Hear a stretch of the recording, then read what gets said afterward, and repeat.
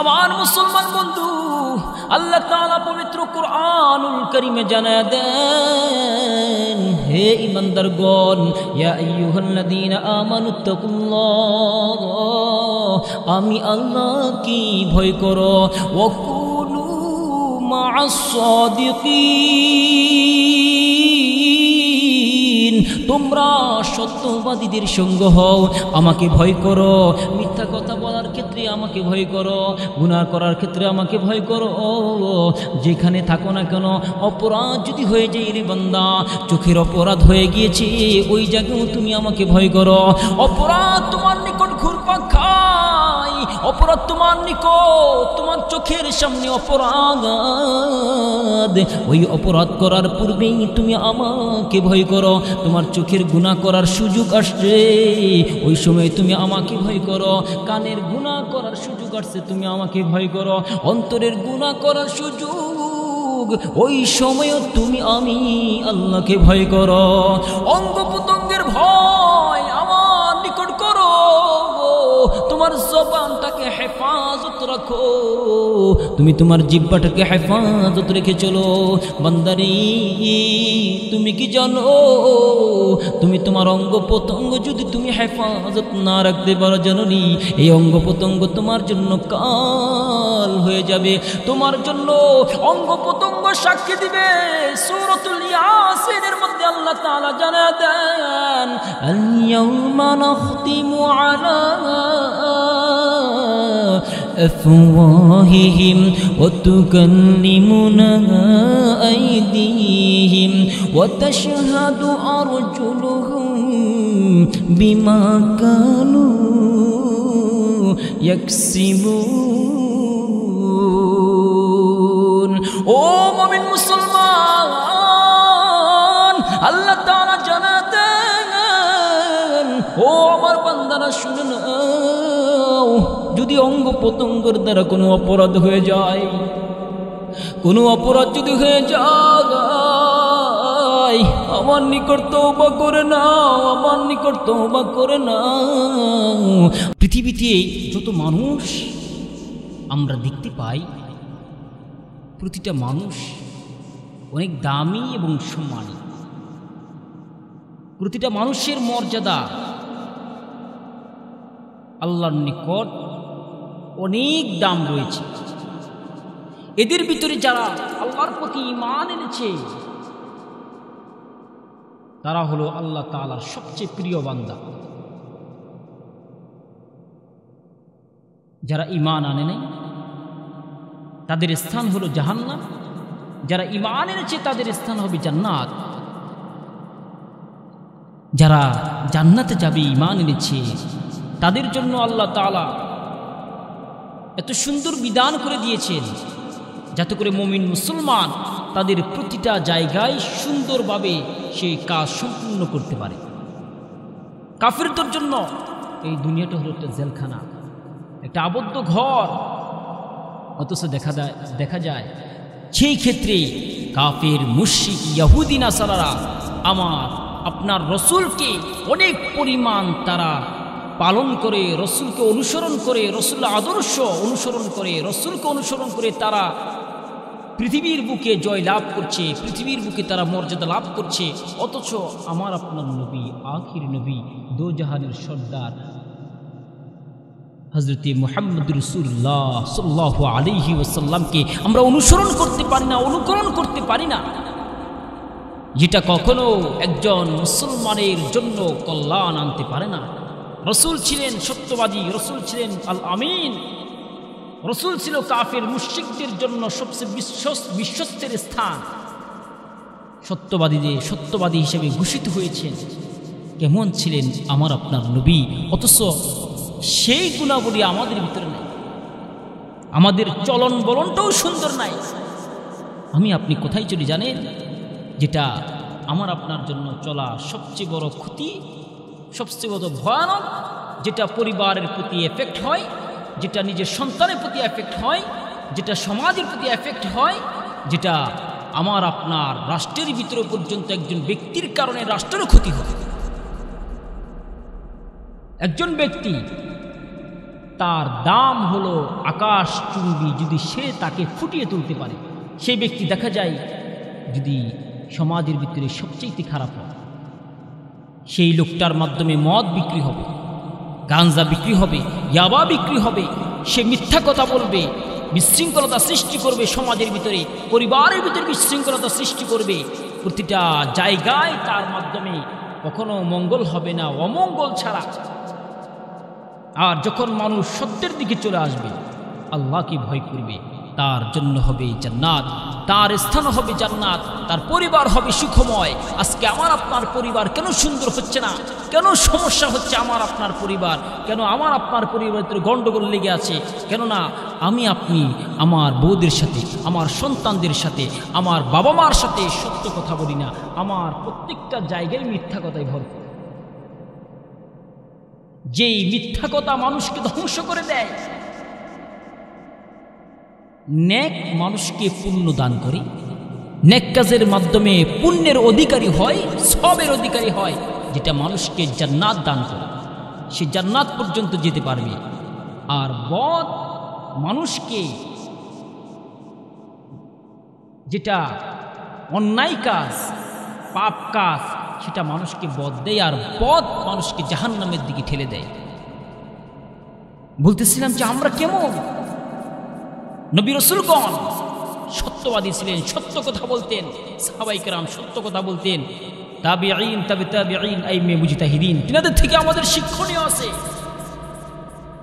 আজকে সমাজের রন্ধে রন্ধে বিভিন্ন জায়গায়, বিভিন্ন স্থানে আমরা আমাদের সেই স্পষ্ট ভাষা আমরা পৌঁছে দিতে পারি না, সত্য কথা বলতে পারি না, কোরআনের কথাগুলো বলি না, আমরা হাদিসের কথা বলি না।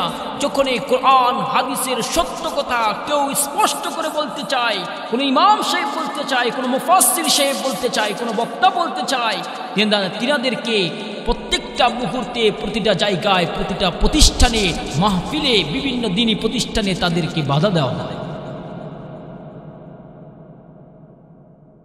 আবার এর ভিতরে দেখা যায় আমরা অনেকেই, আমরা এই দিনের কথা বলতে গিয়ে একজনে একজনের কথার ভিতরে লাগাই, একজনে অপরজনের সগলখড়ি করি। আজকে আমরা মাহফিলের জায়গাটাকে আমরা বানিয়ে নিয়েছি সমাধানের জায়গা। একজন অপরজনকে আমরা অপদস্থ করি, লাঞ্ছনা করি, অপমানিত করি। একজন অপরাধ করেছে, তার অপরাধটাকে আমরা মাইকের মাধ্যমে জনসম্মুখে পৌঁছে দিয়ে আমরা তাকে বলি তার সমাধান এখানে হয়ে যাবে। এটা কি সমাধান? একজন অপরাধ করে আরেকজন বলে, এরপরে আরেকজন বলে, সারা পৃথিবীতে একেবারে ছড়িয়ে ছিটিয়ে অপরাধ সবার সামনে স্পষ্ট করে দেয়, এর কোনো সমাধান নেই। এই জন্য আমি সকলকে বলতে চাই যে কেউ যেন কাউকে আক্রমণাত্মক কথা বলে, ভুল হতেই পারে, মানুষের ভুল হয়েছে, তার সমাধানের জন্য আমরা সকলে মিলে তার নিকট আমরা বিভিন্নভাবে তার নিকট পৌঁছে দিতে পারি। মাইকের মাধ্যমে বলার কোনো সমাধান, এটা কোনো সমাধান নয়। এটা হচ্ছে সমাজ, এটা হচ্ছে রাষ্ট্র, সব জায়গার জন্য সবচেয়ে বড় ফিতনা, বিশৃঙ্খলতা এবং আমাদের ভিতরে বিভক্তি সৃষ্টির সবচেয়ে বড় কারণ হবে। কথা বলেন ঠিক কিনা? এই জন্য আমাকে আপনাকে সত্য কথা বলতে হবে।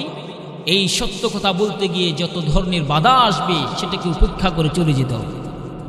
আর আল্লাহর নিকট দোয়া করতে হবে, আল্লাহ যতদিন আমাকে বেঁচে রাখেন, যতদিন আমাকে জীবিত রাখেন, সত্যের পথে থাকতে পারি, সত্য কথা বলতে পারি এবং সত্য মানুষদের সঙ্গ হতে পারি।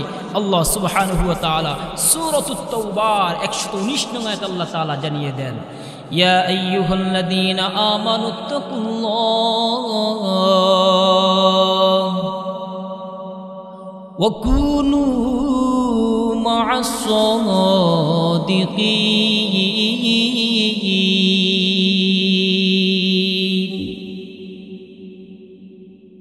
আমার বন্ধু, আল্লাহ তাআলা পবিত্র কুরআনুল কারীমে জানায় দেন, হে ঈমানদারগণ, ইয়া আইয়ুহাল্লাযীনা আমানুত্তাকুল্লাহ,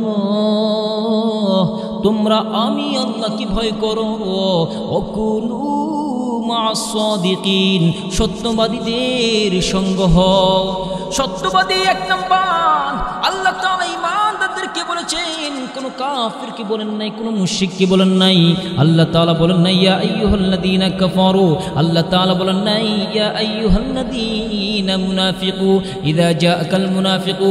আল্লাহ তাআলা কোনো মুশরিকদেরকে বলেন নাই, খাস করে আল্লাহ তাআলা জানিয়ে দিয়েছেন ইয়া আইয়ুহাল্লাযীনা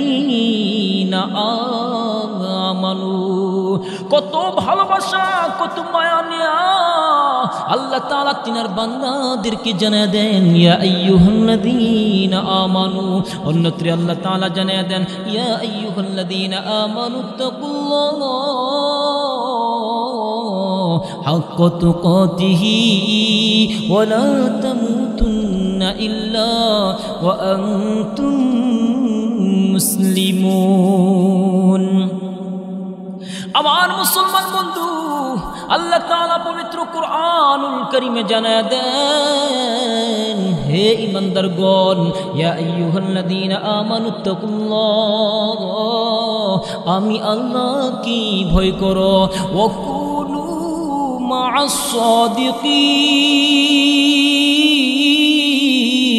তোমরা সত্যবাদীদের সঙ্গ হও। আমাকে ভয় করো, মিথ্যা কথা বলার ক্ষেত্রে আমাকে ভয় করো, গুনাহ করার ক্ষেত্রে আমাকে ভয় করো।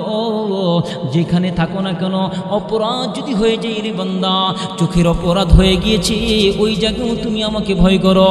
অপরাধ তোমার নিকট ঘুরপাক খায়, অপরাধ তোমার নিকট, তোমার চোখের সামনে অপরাধ, ওই অপরাধ করার পূর্বেই তুমি আমাকে ভয় করো। তোমার চোখের গুনাহ করার সুযোগ আসছে, ওই সময় তুমি আমাকে ভয় করো। কানের গুনাহ করার সুযোগ আসছে, তুমি আমাকে ভয় করো। অন্তরের গুনাহ করার সুযোগ, ওই সময়ও তুমি আমি আল্লাহকে ভয় করো। অঙ্গ প্রত্যঙ্গের ভয় আমার নিকট করো, তোমার জবানটাকে হেফাজত রাখো, তুমি তোমার জিহ্বাটাকে হেফাজত রেখে চলো। বান্দারে, তুমি কি জানো, তুমি তোমার অঙ্গ প্রত্যঙ্গ যদি তুমি হেফাজত না রাখতে পারো, জানোনি এই অঙ্গ প্রত্যঙ্গ তোমার জন্য কাল হয়ে যাবে, তোমার জন্য অঙ্গ প্রত্যঙ্গ সাক্ষী দিবে। সূরাতুল ইয়াসিনের মধ্যে আল্লাহ তাআলা জানায় দেন আল ইয়াউমা নাখতিমু আলা أفواههم وتكلمنا أيديهم وتشهد أرجلهم بما كانوا يكسبون। ও মুমিন মুসলমান, আল্লাহ তাআলা জানাতেন ও আমার বান্দারা শুনে নাও, যদি অঙ্গ প্রত্যঙ্গের দ্বারা কোনো অপরাধ হয়ে যায়, কোনো অপরাধ যদি হয়ে যায়, আমার নিকট তওবা করে নাও, আমার নিকট তওবা করে নাও, আমার নিকট ক্ষমা চেয়ে নাও। আমার নিকট যদি ক্ষমা না চাইতে পারো, অপরাধ করতে করতে জীবনের কতটা বছর তুমি পার করে দিলা, 1 বছর নয়, 2 বছর নয়, 50 বছর, 60 বছর, 70 বছর, 80 বছর পার করে দিলা। একটা সময় আমার ডাকে তোমাকে সাড়া দিতেই হবে রে, আমার ডাকে তোমাকে সাড়া দিতেই হবে। মরিয়া যাইবা দুনিয়া থেকে, তোমার দেহ কানি মাটিতে পড়িয়া যাইব। দেহতে মাটি পড়ে গেলে মানুষ তোমাকে ডেকে ডেকে কেউ আর ডাকবে না। তোমার সন্তান তোমাকে বাবা বলে ডাকবে না, তোমার স্ত্রী আর প্রাণের স্বামী বলে ডাকবে না,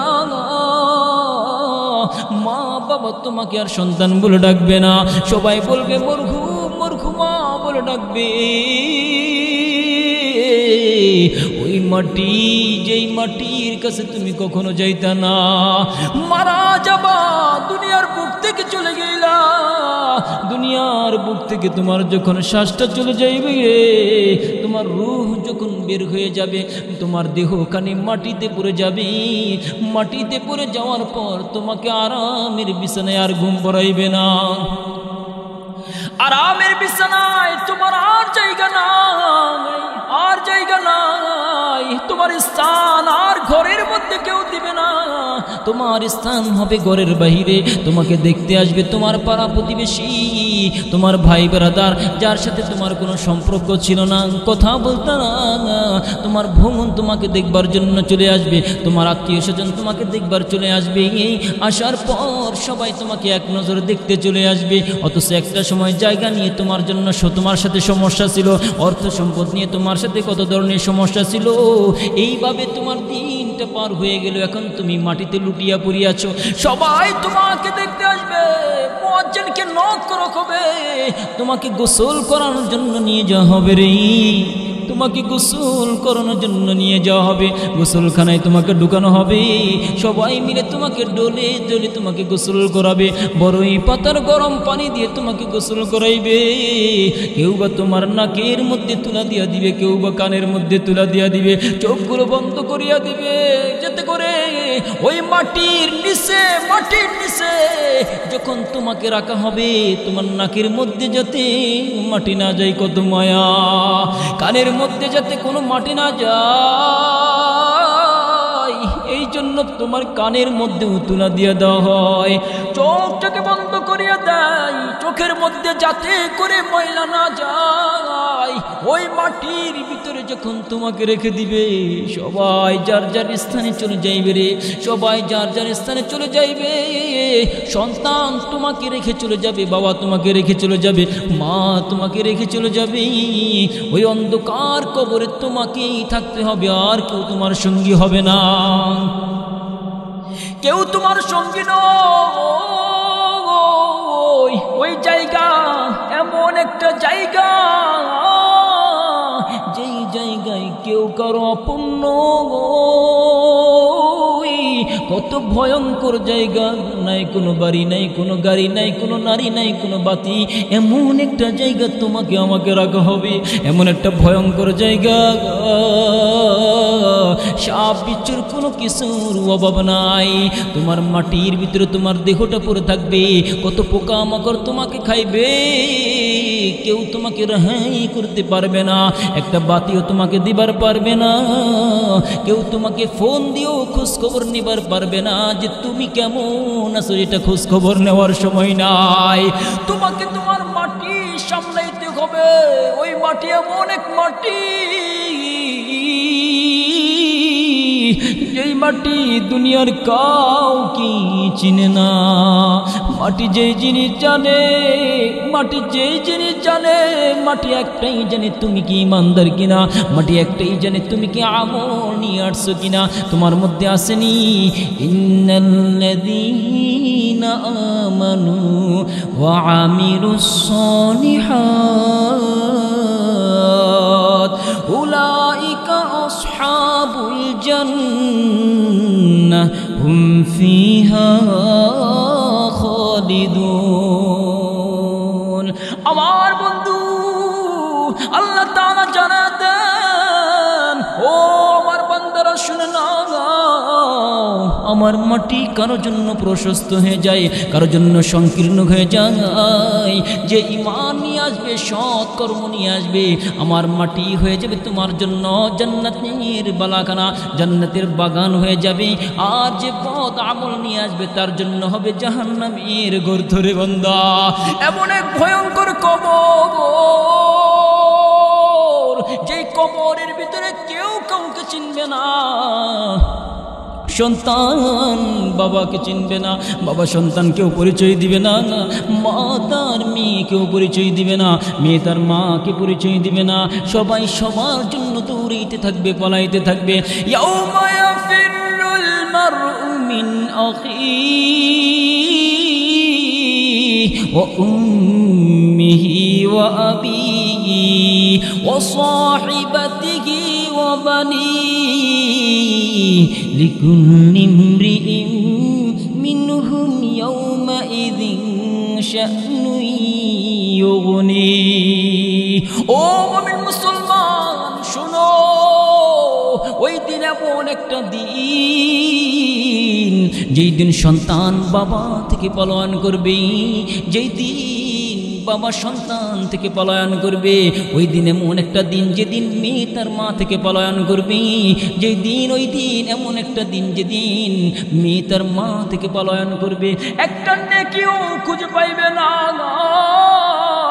তোমার নেকির পাল্লা ভারী হওয়ার জন্য একটা নেকির প্রয়োজন।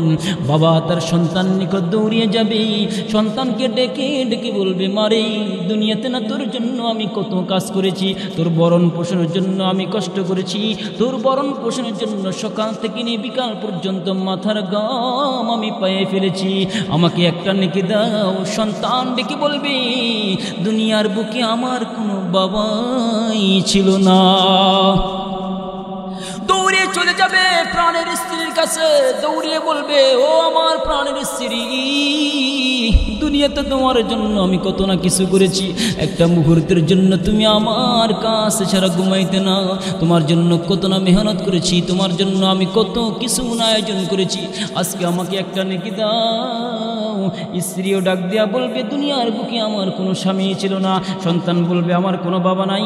স্ত্রী বলবে, আমার কোনো স্বামী নাই। আবার মা বাবার নিকট যাবে, মা বাবা বলবে, আমার কোনো স্বামী নাই।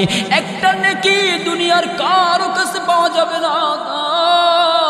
একটা নেকি তোমার আমার জন্য কত বড় নিয়ামত হয়ে দাঁড়াবে রে ভাই। এই জন্য দুনিয়ার বুকে থাকা অবস্থায় আমাকে আপনাকে একটা নেকির জন্য কত মেহনত করতে হবে, আমাকে আপনাকে জিকির করতে হবে, আমাকে আপনাকে মিথ্যা কথা ছেড়ে দিতে হবে, আমাকে আপনাকে পাপ কাজ ছেড়ে দিতে হবে, আমাকে আপনাকে মিথ্যা কথা ছেড়ে সত্য কথা ধরতে হবে।